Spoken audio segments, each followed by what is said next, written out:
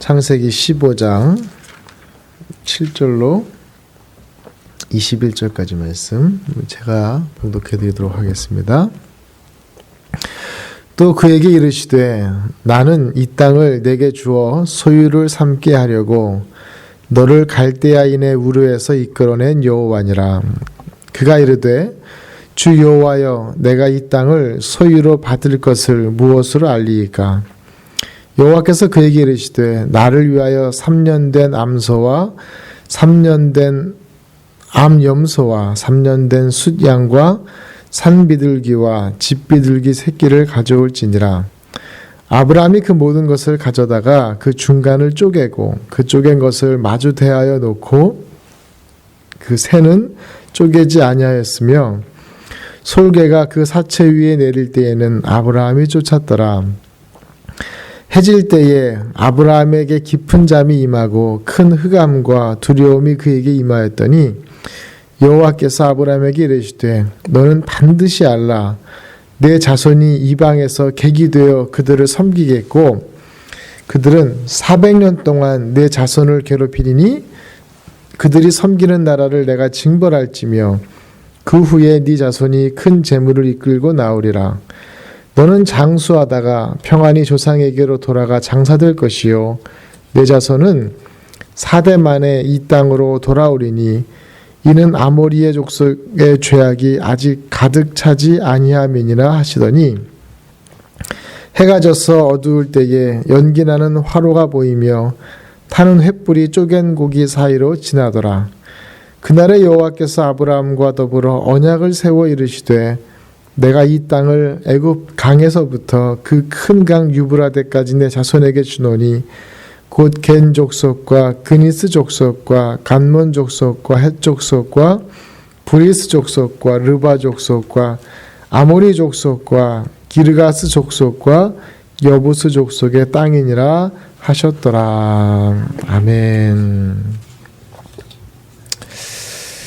여러분 어저께 본문 기억하시는지 모르겠습니다. 어제 본문은 아브라함에게 하나님께서 의롭다 여기셨던 본문입니다. 아브라함이 하나님을 믿으니 하나님이 아브라함을 의로 여기셨다 이렇게 얘기했죠. 하나님이 아브라함을 의로 여기신 이후에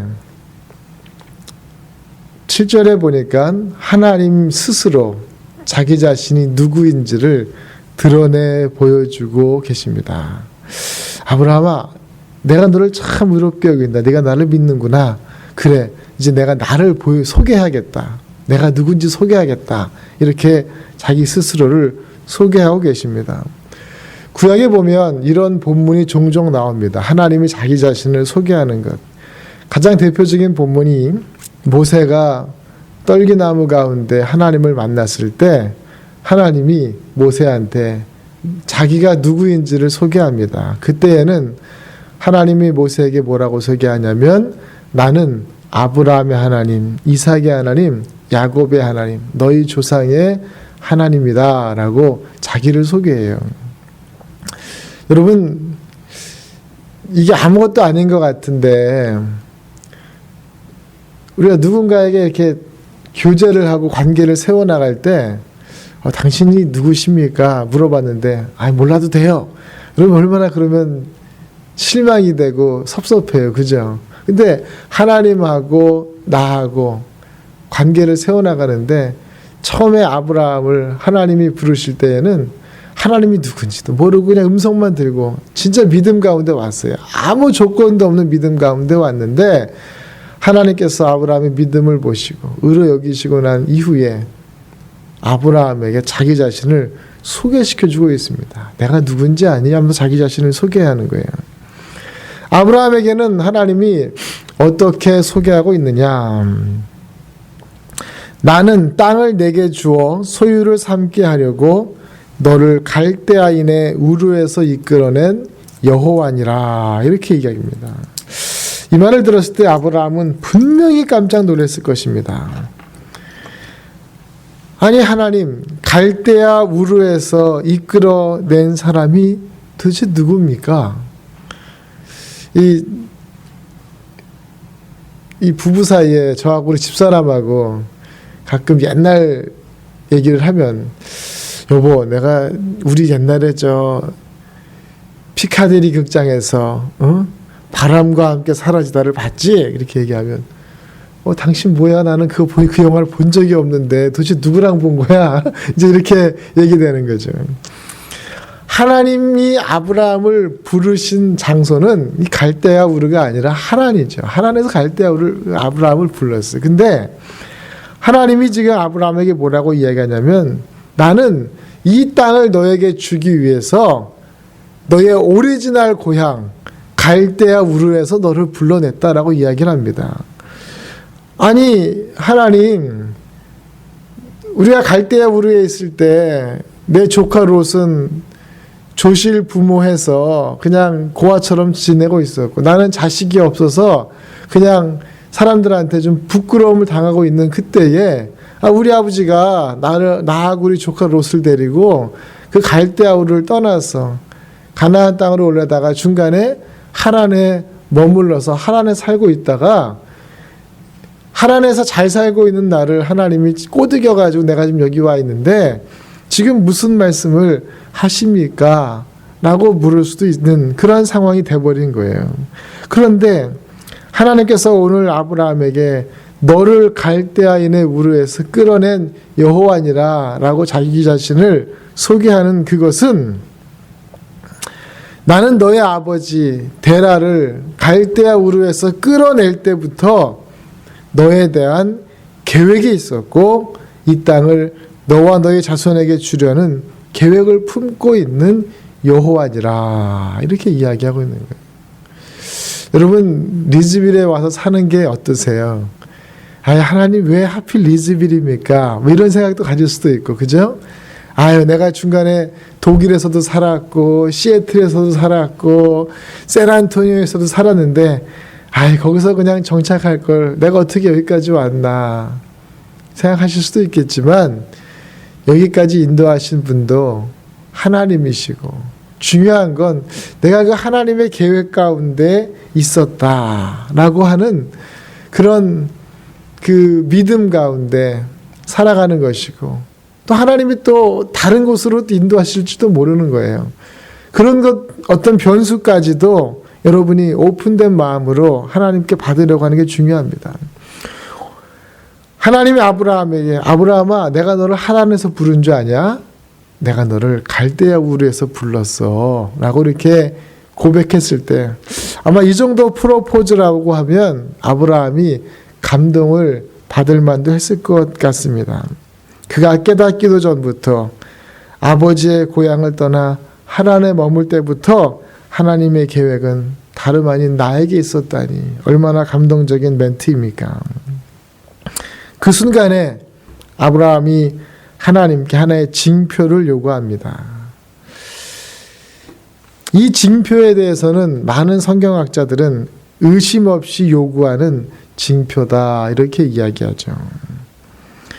결혼할 때 여러분 결혼 반지들 받으셨습니까? 옛날 분들은 뭐 하도 어려워서 그냥 세숫대야에 물 떠놓고 결혼했다, 우리는 뭐 아무것도 받은 것 없다, 이렇게 하는 분들도 있을지 모르겠지만, 보통 결혼할 때 결혼 반지를 결혼의 징표로 사용합니다.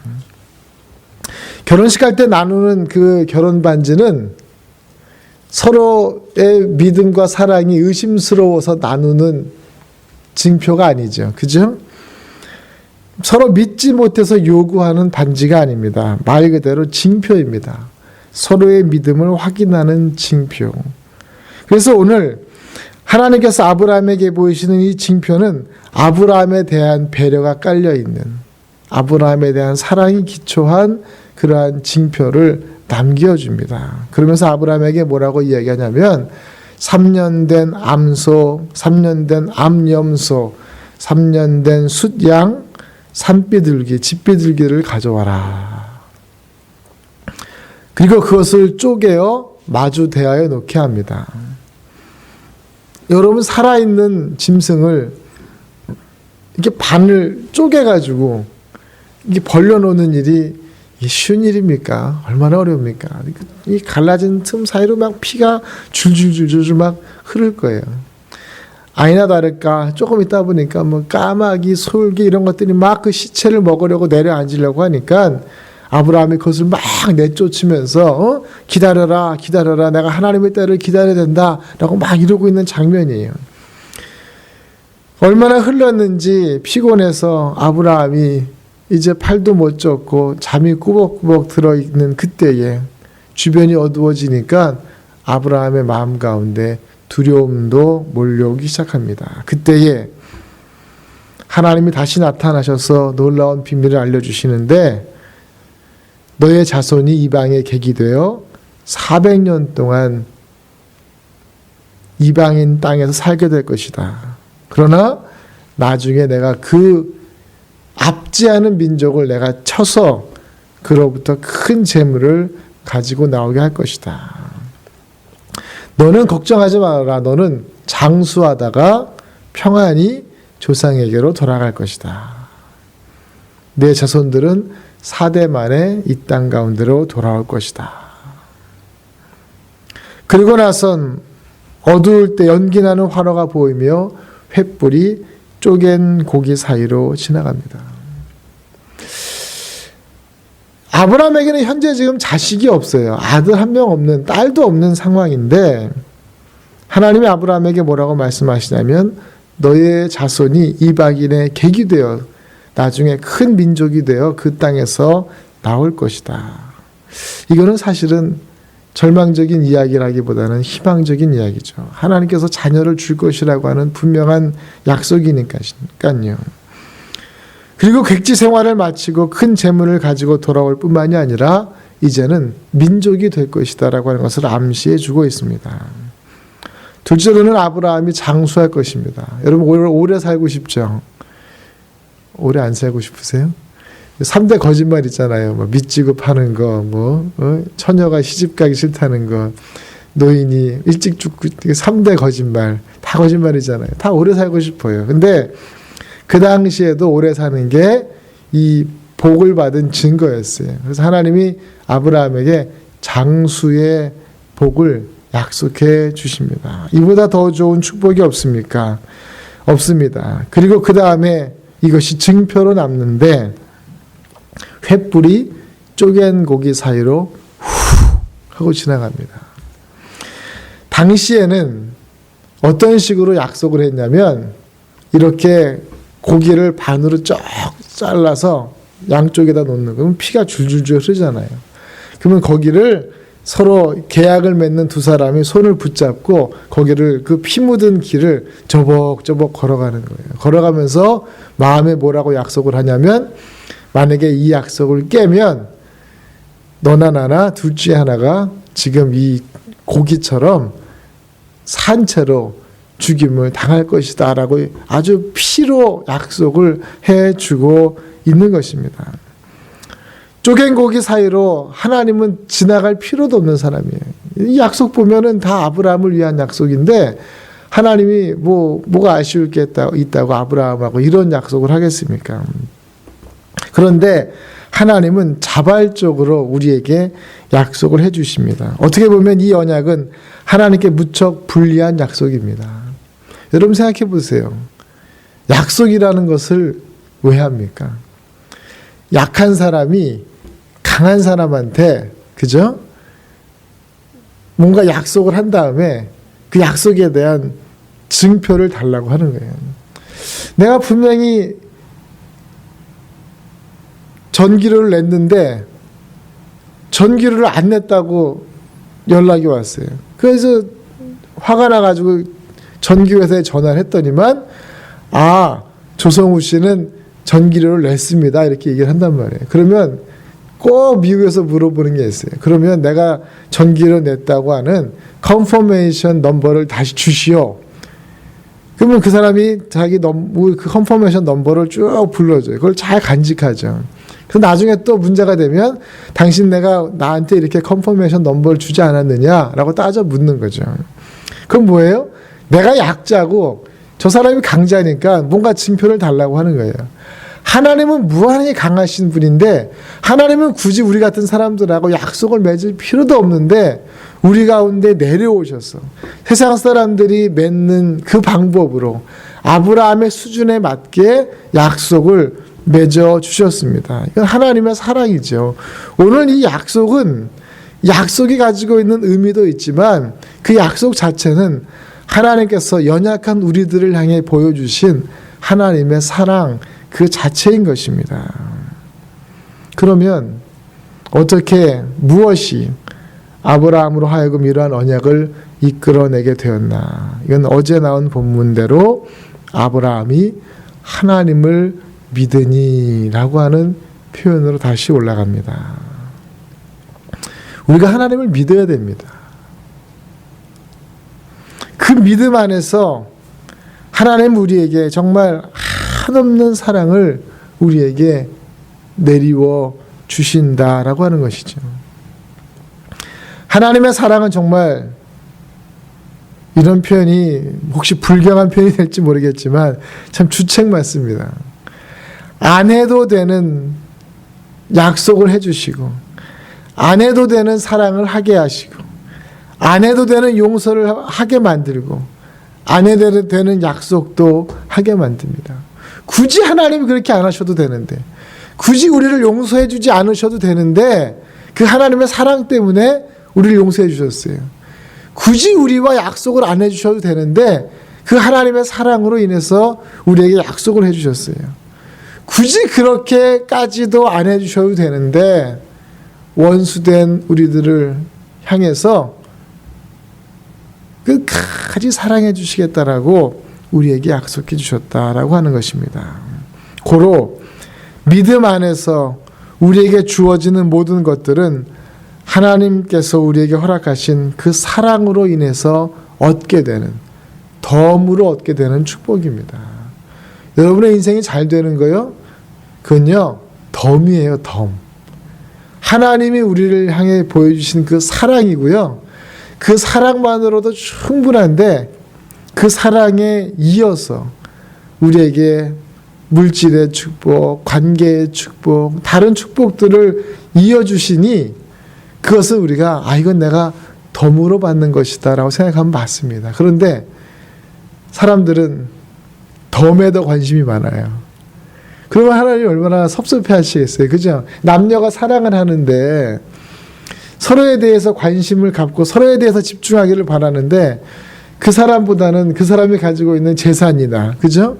이런 거에 더 관심이 많으면 여러분 얼마나 서글픈 세월을 우리가 살고 있는 것입니까? 하나님과 우리와의 관계도 마찬가지입니다. 우리에게 주어지는 또 다른 복은 어떻게 보면 그건 덤으로 얻게 된 복입니다. 우리와 하나님 사이의 관계에서는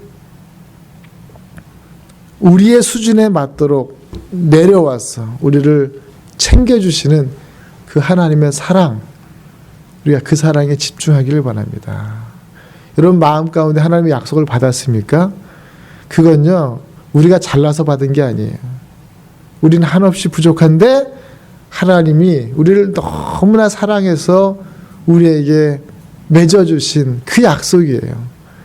그러므로 우리는 그 약속을 붙들 때에 그 약속 밑에 깔려있는 하나님의 사랑을 먼저 생각해야 됩니다. 갈대아 우르에서 빌빌거리고 있는 아브라함에게 하나님의 사랑이 없었다면 그를 하란까지 또 가나안까지 또 이끌어내셨겠습니까? 그렇지 않습니다. 그 안에 깔려있는 하나님의 사랑을 우리가 봐야 됩니다. 저나 여러분 오늘 이 아침에 하나님의 사람으로 여기 왔습니다. 믿음이 있으니까 여기 왔지. 그렇지 않아요? 새벽 기도까지 나올 정도면 우리의 믿음이 조금 그래도 있는 편 아니겠어요? 그런데 우리의 믿음의 그 기반을 어디에 두어야 되느냐? 하나님의 사랑에 두어야 됩니다. 지금 조금 힘들다고 하나님의 사랑이 있는가? 내가 지금 어렵다고, 내가 가지고 있는 기도의 제목이 너무 아프다고 하나님의 사랑을 결코 의심해서는 안 됩니다. 우리는 이미 주님의 사랑을 받은 자여 주님의 증표를 받은 자인 줄로 믿으시기 바랍니다. 기도하겠습니다.